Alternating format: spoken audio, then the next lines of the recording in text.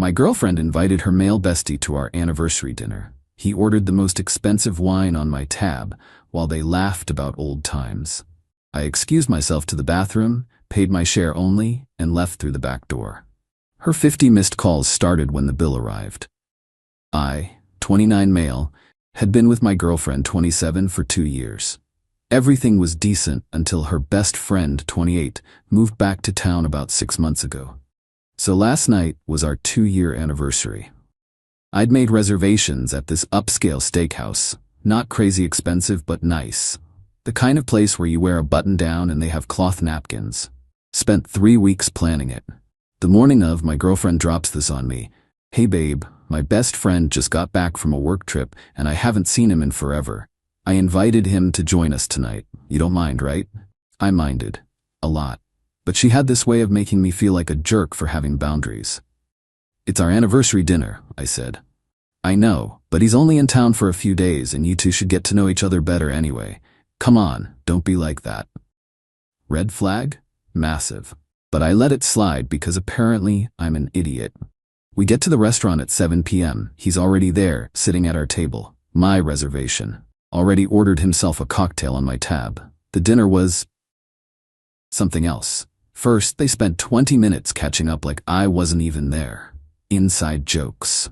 "Remember when we did this? Oh my God, remember that?" I'm just sitting there like a potted plant. I tried to steer the conversation toward, our anniversary. "So babe, remember our first date when..." Her best friend cut me off. "Dude, you gotta hear this story about sophomore year. So we're at this party and she..." And off they went again. Then came the ordering. I ordered a steak, she got salmon. Reasonable. Her best friend starts asking the waiter about the wine list. "What's your most premium red? Something really special." The waiter recommends a bottle. $340. I almost choked on my water. Her best friend grins. "Perfect. We'll take it. We're celebrating after all." My celebration. My reservation. My credit card on file. I looked at my girlfriend. She just smiled and nodded. "That sounds amazing." They poured 3 glasses. Made a toast. To old friends and new memories. Not to us. Not to 2 years. To old friends. I excused myself to use the bathroom, took my phone, stood in the stall and did some quick math. My meal, $45, her meal, $38, his meal, $62. Of course he ordered the lobster tail add-on. My drinks, $12, her drinks, $15, his drinks, $31. My portion of wine, 113 IDs. Tax and tip, roughly $42 for my share. Came out to about $260 for my portion. Went to the bar, flagged down a different server. "Hey, I need to pay for my portion of table 12 separately. Can you split it?" She looked confused, but did it. I paid cash. $260 plus an extra $40 tip for her trouble. Then I walked out the back entrance by the kitchen, got in my car and drove home. Turned my phone off for a bit, needed the silence. Turned it back on an hour later. 82 missed calls, 156 texts from her. "Where did you go?" This isn't funny. The bill came and they said you already paid your part only? Are you serious right now? You left me here with a $400 plus bill. Answer your phone. This is so embarrassing. I had to call my mom to help pay. We're done. From her best friend, real mature bro. You made her cry in public? What kind of man does this? She deserves better than you. I replied to her only. You invited someone to our anniversary dinner. He ordered $340 wine without asking me. You both ignored me all night. I paid for my food. Figure out the rest. Then I blocked her best friend and went to bed. This morning she showed up at my apartment. We need to talk apparently. Update 1. 2 days later. Thanks for all the comments. Yeah, I know I should have just left her months ago. Hindsight's 2020. So she showed up at my apartment the morning after. I let her in because we needed to have this conversation eventually. She came in swinging. How could you humiliate me like that? In front of him? In front of everyone? It's our anniversary. Why was he even there? He's my best friend. You're supposed to be okay with that. Best friends don't crash anniversary dinners and order $340 wine on someone else's dime. She switched tactics.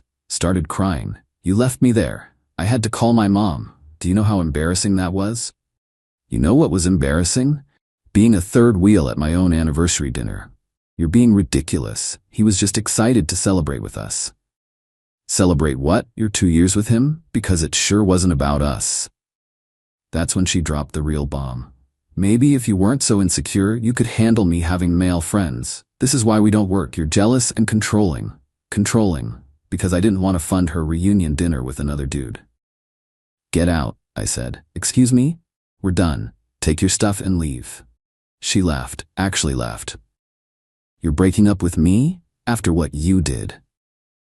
Yep, you've got until Sunday to get your things. She stormed out, called me every name in the book on her way down the hall.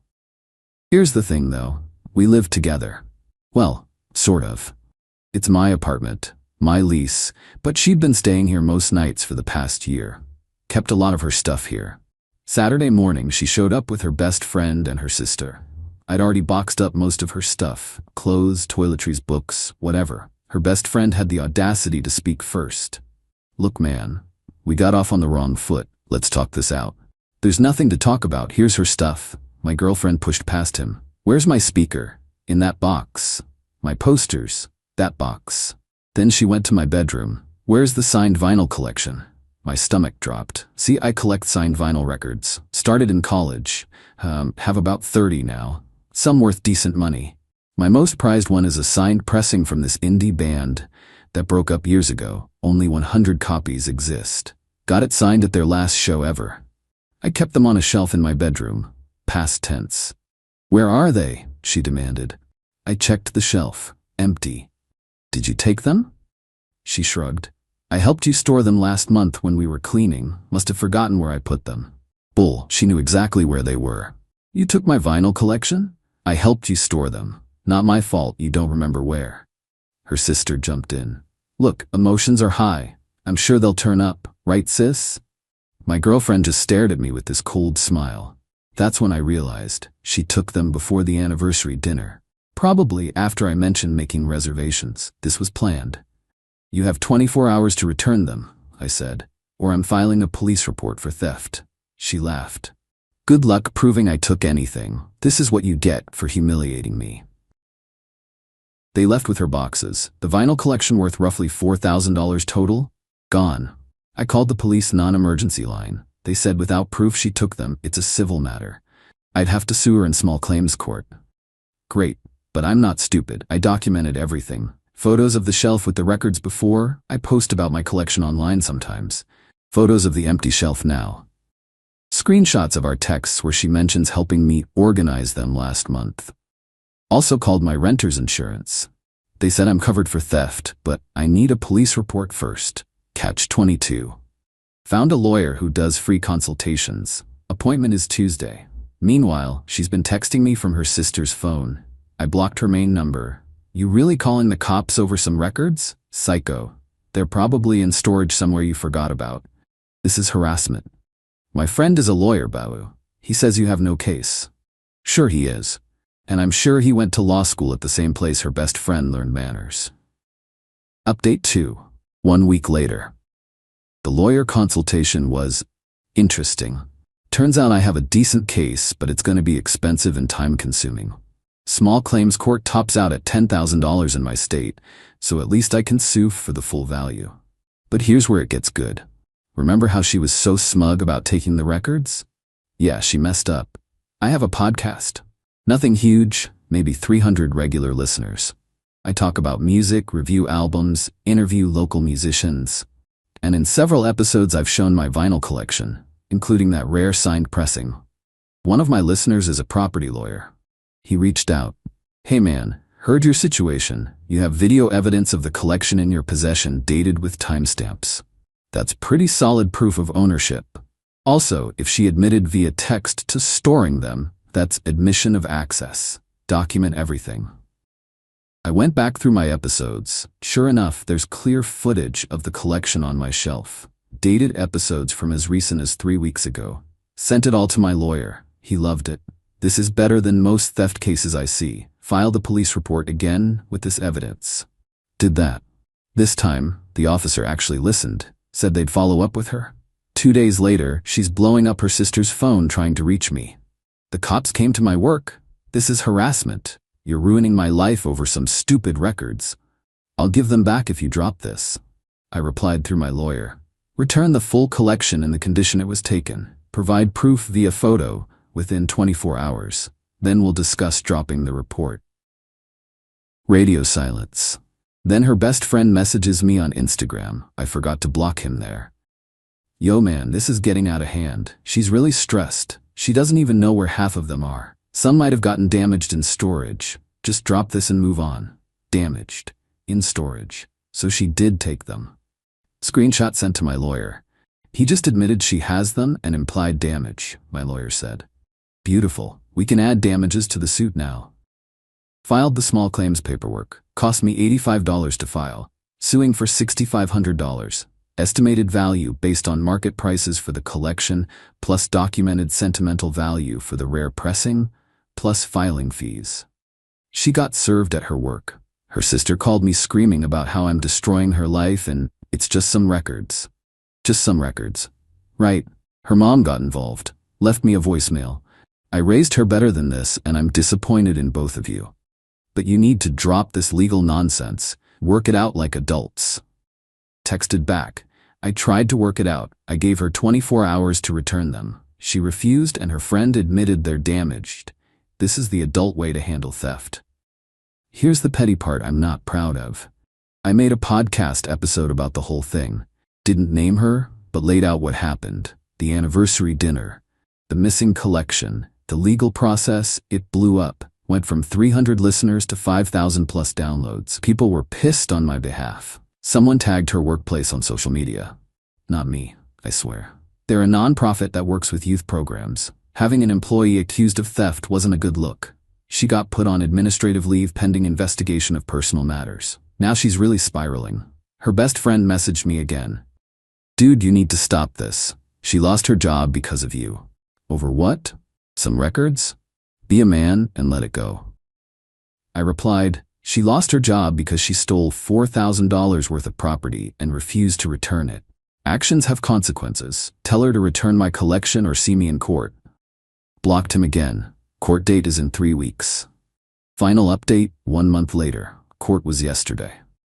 Time to wrap this up. Leading up to the court date, her family kept trying to pressure me to drop it. Her mom, her sister, even her dad called me. Her dad's approach was different. Look, son, I get you're upset, but is this really worth destroying her career over? She made a mistake. She stole from me and refused to give it back for weeks. Then her friend admitted the collection was damaged. That's not a mistake, that's a choice. What do you want here? The records back? I want my property returned in the condition it was taken, or compensation for the full value plus damages. He sighed. I'll talk to her. 2 days before court, I got a text from her sister's phone. She found 18 of the records. Some are scratched, some cases are cracked. That's all she has. Take it or leave it. 18 out of 30, including 0 rare pressings. Where are the other 12? Specifically, where's the signed limited pressing? She doesn't know. Probably lost in the move. Lost. $2,200 record. Gone. I didn't respond. Showed up to court prepared. She came with a lawyer. Some guy in a cheap suit who looked annoyed to be there. She wore business casual and had clearly been crying. Judge called us up. Her lawyer spoke first, tried to paint me as vindictive. Your Honor, my client admits she may have mistakenly taken some records during an emotional breakup, but the plaintiff is using the legal system to harass her. She's lost her job over this. She's offered to return what she has. My turn. My lawyer presented podcast footage showing the full collection in my apartment with timestamps. Screenshots of her admitting to storing them. Her best friend's messages admitting she had them and they were damaged. Police report. Market valuations for each record. Photos of my collection from my social media, clearly showing 30 records. The judge looked at her lawyer. Counselor, does your client have the 12 missing records, particularly the limited pressing valued at $2,200? Her lawyer whispered with her.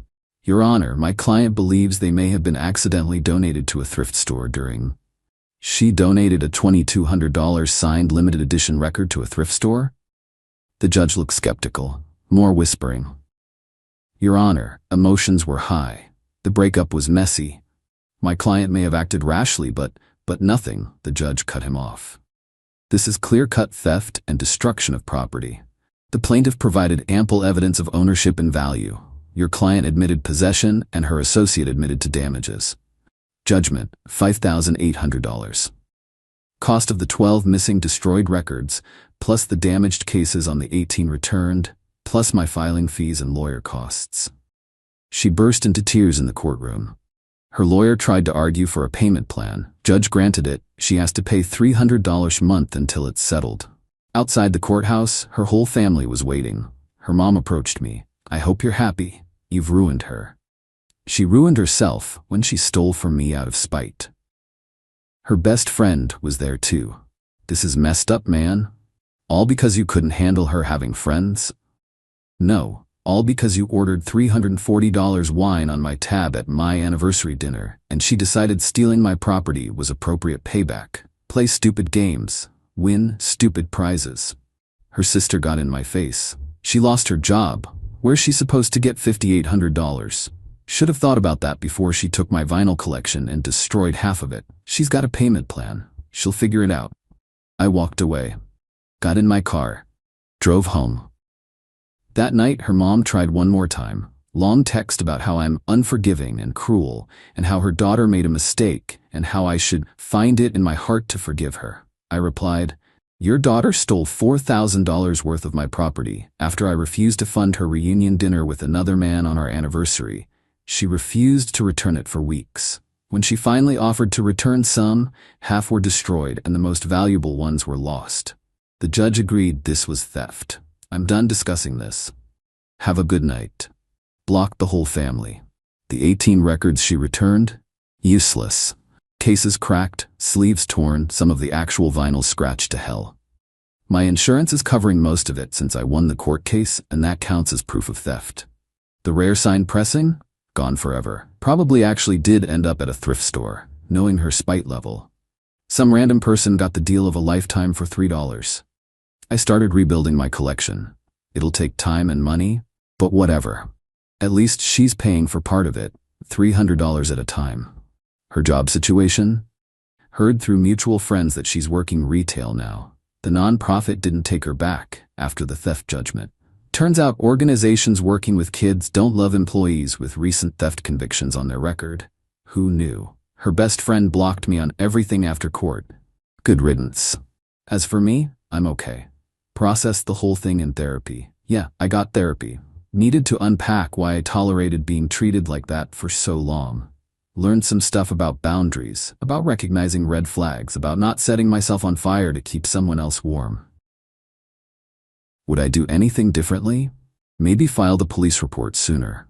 Maybe not give her 24 hours to return the records before getting legal involved. But honestly, nah. I gave her chances. Multiple chances. She chose spite over reason every single time. The podcast episode got over 12,000 downloads. People keep messaging me with their own stories of partners who disrespected boundaries. It's depressing how common this is. Started seeing someone new. Early days, but she actually respects that I have hobbies and doesn't invite random dudes to our dates. Bar's pretty low these days, but we're clearing it. My collection is slowly rebuilding. Found a few good deals online. Won't ever get that specific signed pressing back. Those don't come up for sale often, but I've accepted it. Material things can be replaced. Self-respect can't. Final tally. Cost me $85 filing fee plus $500 lawyer consultation, roughly $600 in insurance deductibles. Cost her $5,800 judgment plus her job, her reputation in our social circle, plus $300 her month for the next 19 months. Was it worth it? Ask me that when she makes her 19th payment. To anyone dealing with something similar, document everything. Screenshots, photos, videos, whatever. People who disrespect you once will do it again. Trust your gut, and for the love of God, if someone orders $340 wine on your tab without asking, leave the restaurant immediately. That's it. I'm out. Time to move on for real.